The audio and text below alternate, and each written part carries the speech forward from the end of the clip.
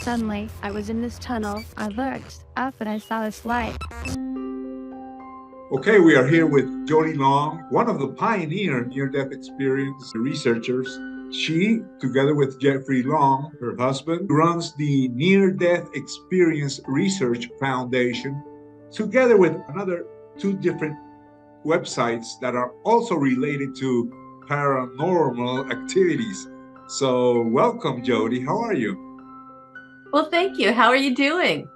I'm doing great. You said you started working with Jeffrey Long, your husband, before you got married, and that you were working on his new project, which was the Near Death Experience Research Foundation. When was this?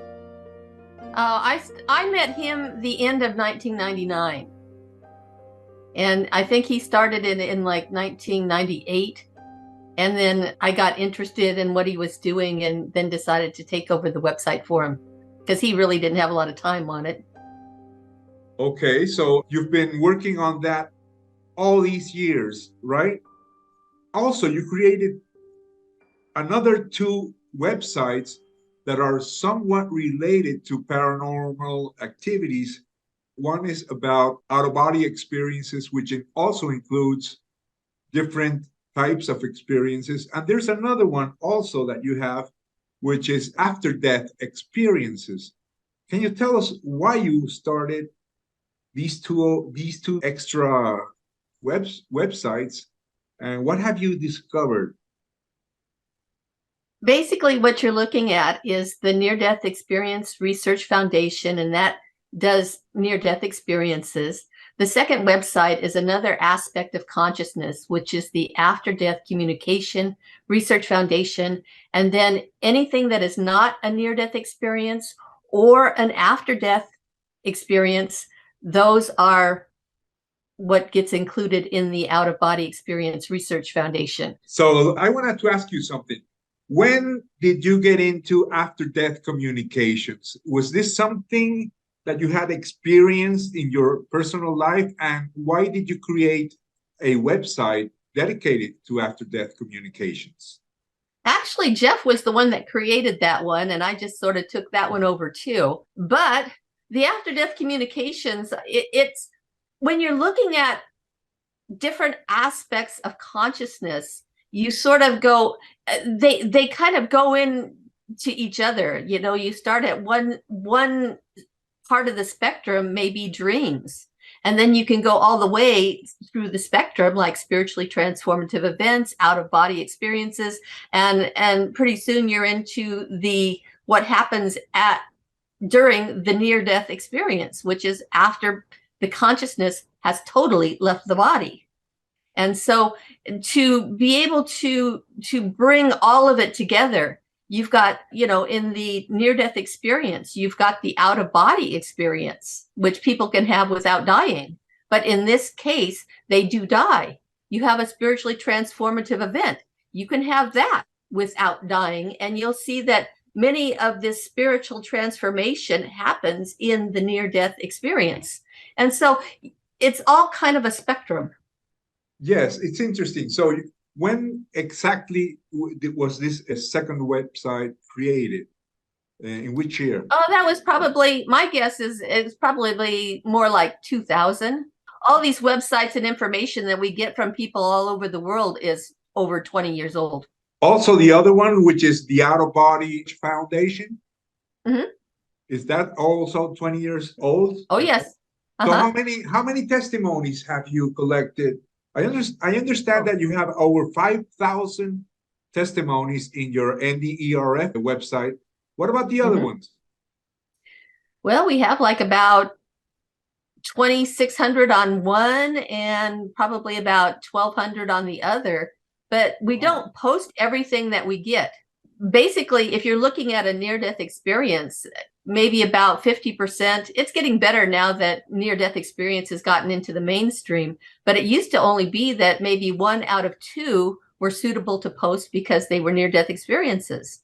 So what I started doing was, if it came in on the near-death experience and it really was like an out-of-body experience, then I would just use that and put that on the other website. So I've got a lot of cross-pollination on all three websites. So I understand that at a certain point of your research, you decided to reach a little bit more all those testimonies that came from the Middle East. And I think that was to be able to compare it with our Western culture and what near-death experiences are to us Westerners compared to them. Because these are basically, the Western world is basically a Christian, either Catholic or evangelic. It's mostly Christian. But the Middle East is not. It's basically, it's more Islam. And there are also other religions. So Christianity is like a minority. What did you find there? And is there a difference between the near-death experience in the Middle East and the ones we have here in the Western world? Well, I think that all of the differences, or at least mainly most of the differences, have to do with the differential. But I can tell you that what is exciting about the near-death experience is it does not depend on where you live. It doesn't depend on the color of your skin, the religion, the age. It doesn't depend on anything, any demographics. I mean, it happens to everybody and every country and every age. I mean, it's a human experience. And that's what I was trying to show when I said, okay, well, let's look at the Muslim experiences, or let's look at the Chinese experiences, all the experiences around the world that are not based in Christianity. Are they the same? And then you've got people who are atheists and they share experiences. So it's a human experience. And by doing that, what I was hoping to show was that these are human experiences, and we really are all the same. We are all loving, treasured children of God, or the source, or whatever you want to say. We are really all, we're not separate. We are all pretty much the same because we all have that spark of God within us. However, most people here in the Western world, when they have this near-death experience, okay, most of them see a light, but when they encounter what they call Jesus or Lord, they see this being of light, or this light being which emanates love, emanates wisdom. Is that the same in the Middle East? Do they also see Jesus, or how do they interpret what they see? What do you think happens there? Well, that's a fairly broad topic, strangely enough. But what happens is the Muslim world, I have seen many of them that have seen Jesus. And from what I understand, they don't see Muhammad because it's not really part of their religion to see him. I have had one or two of them that have seen Muhammad. So, but I've had more of them see Jesus, and I don't know why. It's just something that they do. A lot of them will see angels. Angels is very common in their culture. And so I think that if I was comparing them to experiences from the Western world, I would say that a lot of times what people see in a near-death experience is to further their spiritual growth. And in order to do that, some people may need to see Jesus. Some people may need to see God. Some people may need to personalize God, so it's a one-on-one kind of like father figure. Other people say God is a universal force of nature. I mean, he just is, that's part of the all-knowing and omniscience, omnipresence, all that kind of stuff that they use in philosophy. But the fact is that people will see, I think that they see who they need to see. And many people may need to see their relatives. They may want to see their dearly deceased parents, or their brother or their sister.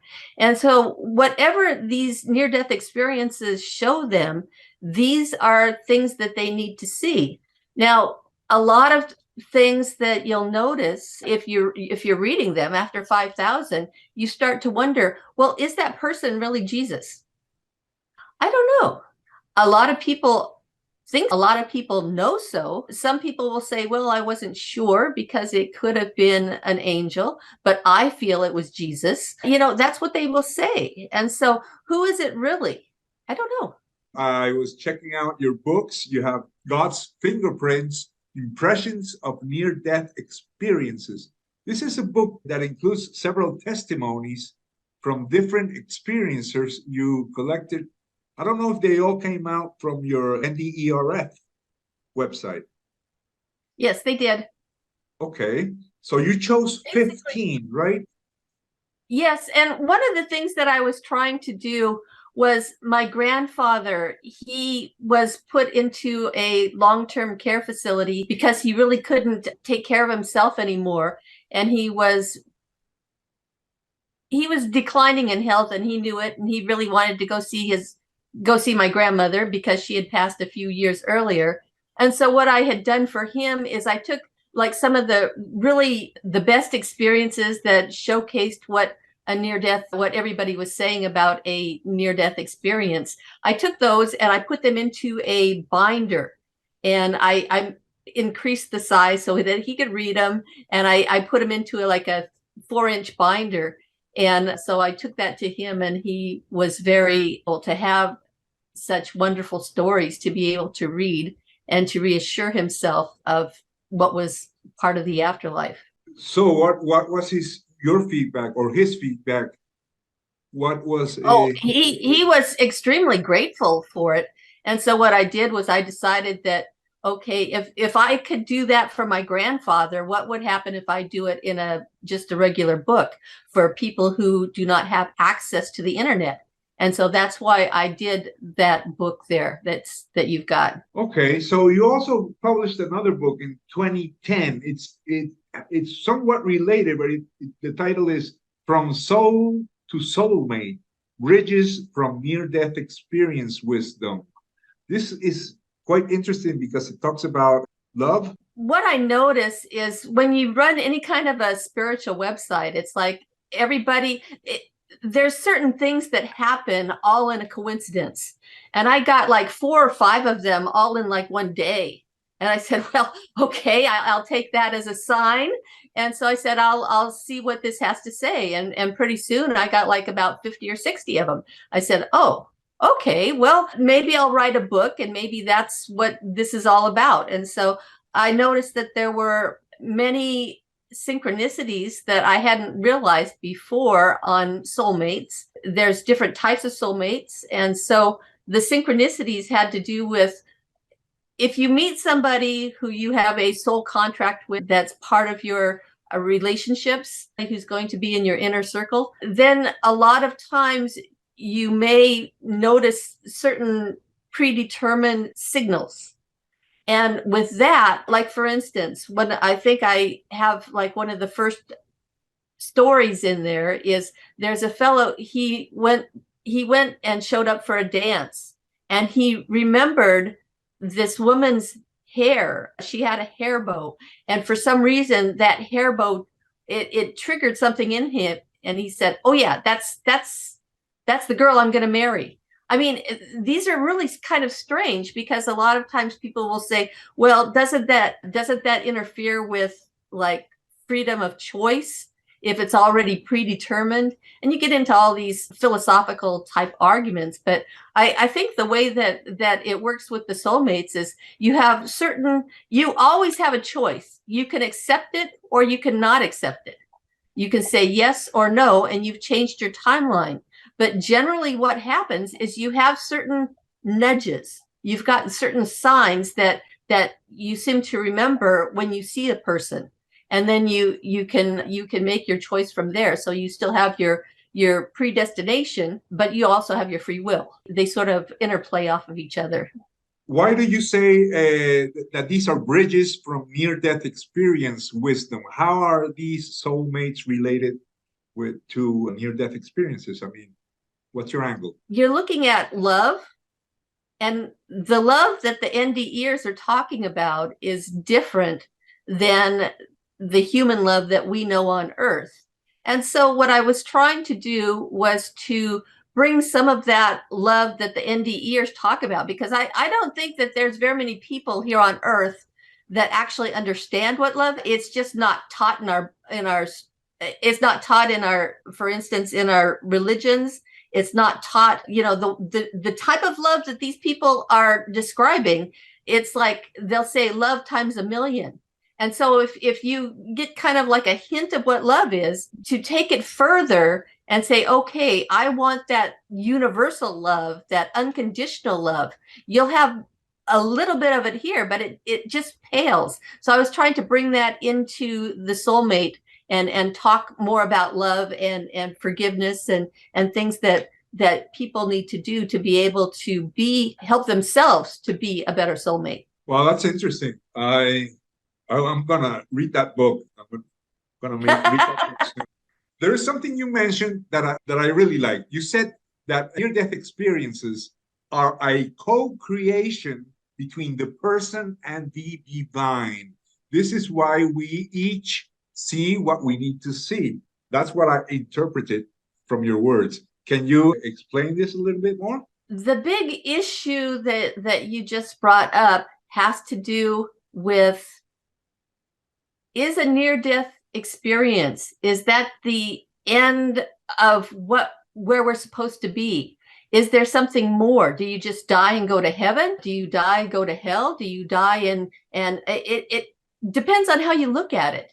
And what I tend to look at it is that the near-death experience is not the end. It's just a part of your existence. And so people may go further, and at that point when they go further, they're merging closer and closer to God. You're becoming one with God. You read a lot of the esoteric readings out there that have been around for thousands and thousands of years, and a lot of them will talk about, it's all about merging back with God. And so is the near-death experience that? I think there's certainly enough experiences on the near-death website to suggest that heaven is definitely real. Heaven is where most of the people wind up. And so, but is that all there is to it? We only see a very small slice. We are in a three-dimensional realm in this particular spot at this particular time, but there are other parallel realities based upon where a person's choices are at this moment. And so in my mind, I'm trying to say that if you've got a three-dimensional reality, you cannot talk very coherently about what a fourth or fifth dimension reality really is, because we are human and trying to put our feelings and everything into what the fourth dimensional is. We may only have just a small slice of it. So yes, you do have part of us as a creation as much as we can understand it, and you have the input from the divine, which is over in a fifth or greater dimensional world. And greater, I should say. It's not or, it's and. Yes, I like your interpretation. Have you noticed an increase in these last 20 years? Because I think we are like entering a new age of spiritual awakening in which people are being resuscitated more. There are more people being resuscitated today than in the past because there's new technology. Doctors are, if you have a heart attack or something, a heart arrest, the doctors can revive you easier. It's easier now to survive. Doctors are more prepared to bring you back to life. So there is an increase, I believe, of near-death experiences all over the world. Have you noticed that in your NDERF website? We are still getting probably between maybe 10 to 15% of the people who die and have an experience, and then they come back to tell us about it. Of those people, it's still about 10 to 15% of those people who are having near-death experiences. But because of the resuscitation rate, yes, we have more people who are reporting, but I don't think the overall percentage has changed. Does that make any sense to you? Yes, it makes a lot of sense because it's the same percentage, but we have a bigger population. 20 years ago, I think we were 5 billion, and now we're like 7 or 8 billion. So the population grows. It's more or less the same percentage, but that means there are more people. And also we have internet, so more people are letting others know what happened. I have noticed that more testimonies are coming out, not only in your NDERF website, but also in YouTube and online. You can find a lot of testimonies, and also books. A lot of books are coming out. So most of these experiences took place 10, 20 years ago. So people now, I think that when they see others doing it, they say, okay, I'm going to write my story. So I think your website also helps people. I know that some people, I also read in your website, Anita Murjani's testimony. So that surprised me because I think, well, she is one of the most known NDEers. And so what did she do? Did she send you her testimony before she wrote the book, after she wrote the book? What do you know about her? She found us first, and then she submitted her testimony, and then she was on our bulletin board, and it was just her answering questions and that, and then she talked with Jeff, and Jeff was able to get her to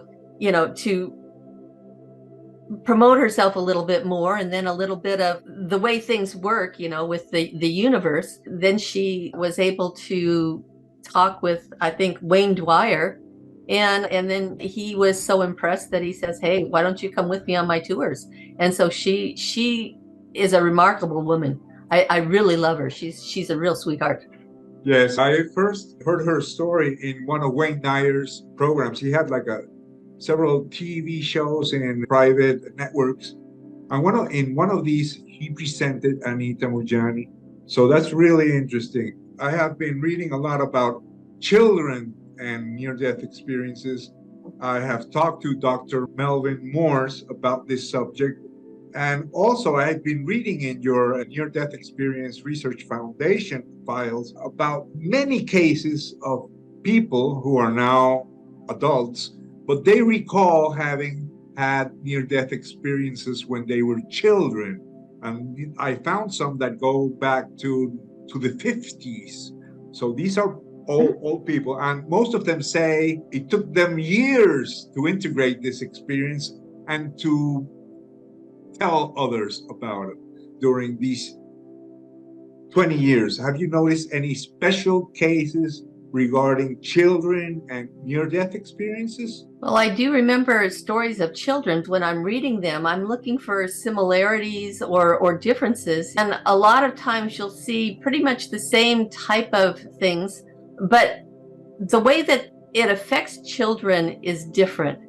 Because as a child, if they have a near-death experience, a lot of times especially if it's a young child, it's just part of life. So these children have not really had time to be programmed socially, accept certain facts, like they are not really involved with religion. However, they do see Jesus and they do go through a tunnel. So it's not something that we learn and repeat, because these children, like I said, some of them are like 5 years old, or were 5 years old when they had their experience. However, they show more or less the same elements that adults do. So this is really interesting because it proves that not necessarily we are programmed socially to create this image of heaven, and that what we see is what we learn, because these kids have not had time to learn anything. Well, and that's true. And you're going to see a lot of similarities all over the world. If you notice, what happens is when they are outside of their body, they are seeing something that is not of the earthly realm. And so they'll see colors or they'll hear sounds that you will not hear here on earth because they are not in the physical body. And because of this differential, they have to come back to earth, and they really can't explain it as children, but everything stays with them almost like a flashbulb memory. I mean, they will remember it every time they think of it, but they develop words to be able to explain it to other people. And in order to do that, you'll notice, like, for instance, time. Everything will happen all at once over there. But yet when they come down to earth, they have to put it in a linear fashion and make it and explain it in a way that other people can understand it. And in order to do that, a lot of times that comes with age, and it also comes with learning a vocabulary to be able to describe what they experienced over there. Many of them, especially the younger they are, they haven't differentiated between, like a dream and their waking reality. A lot of times it all is fluid, but the adults you'll see are probably, a lot of them are more compartmentalized. So they do know the difference between one type of, like a dream or a hallucination or an out-of-body experience. They know the difference, the delineations, and the children do not. Part of the issue for a child is a lot of them, they grow up and they can't understand why the world is so unloving. Why is the world so mean, so cold, so evil? They don't understand those concepts, but they know what is good and what is loving, and they know what is not good and what is not loving. And so a lot of times they'll grow up and they'll say, well, I want to go back to the loving place. And they'll have that in their mind. And then they grow into adults. And they still, a lot of them are probably more suicidal just because they want to go back home and they don't want to live here anymore. They don't have as much of an integration as an adult does, because an adult is much more cognizant of the different parts of their life, but a child, all is one. And the adults, it takes them a while to say all is one, because they may have an unloving spouse and they say, oh, well, I need to change my life so it's more loving, and so they get rid of that spouse, and then they get somebody in their life who is much more loving and more reflective of their new growth. And a child really can't do that. And so you'll see them grow up in a few different ways than an adult does, because an adult is not, they're growing spiritually, but they're not still learning about life and the differentiations of their earthly life. What would you tell someone who has recently lost a loved one, who is afraid of death, or is simply curious about this subject? What would you tell them? Does death exist? Is death the end? Should we worry about death? I would say that probably what you're looking at when people are talking about whether they're afraid of something is you have to look at what is the reason for being afraid. And if the reason is, for instance, being told that they're going to hell or their loved one is going to hell, then what really helps them would be that's a religious belief. And so that or it could have some other implications as to what happened to their particular selves when they go over to the other side. But what it means is that if people are afraid because it's of the unknown, then what you have is the more knowledge you have about a specific thing, like for instance, the afterlife. If you're told of people who die and then they completely leave their body and then they come back, then you read story after story after story, and they all say pretty much the same thing. You start to go, oh, I don't have to worry about my loved one because I know where they went. I don't have to worry about myself. At that point, when people will actually talk about death and actually understand that death it's pretty much meaningless, because we are consciousness. We are living in a human body, having a human experience, but the consciousness is immortal. And when you realize that we are immortal, it gives you permission to truly live here on earth. So what you're saying is death is not the end. And that's what basically will take the fear away, understanding this. And it's not just hearing it. It truly is internalizing it. And when you read 5,000 experiences, at that point, you're going to get it. You really do. And you will internalize it. And then you realize that death really is not the end.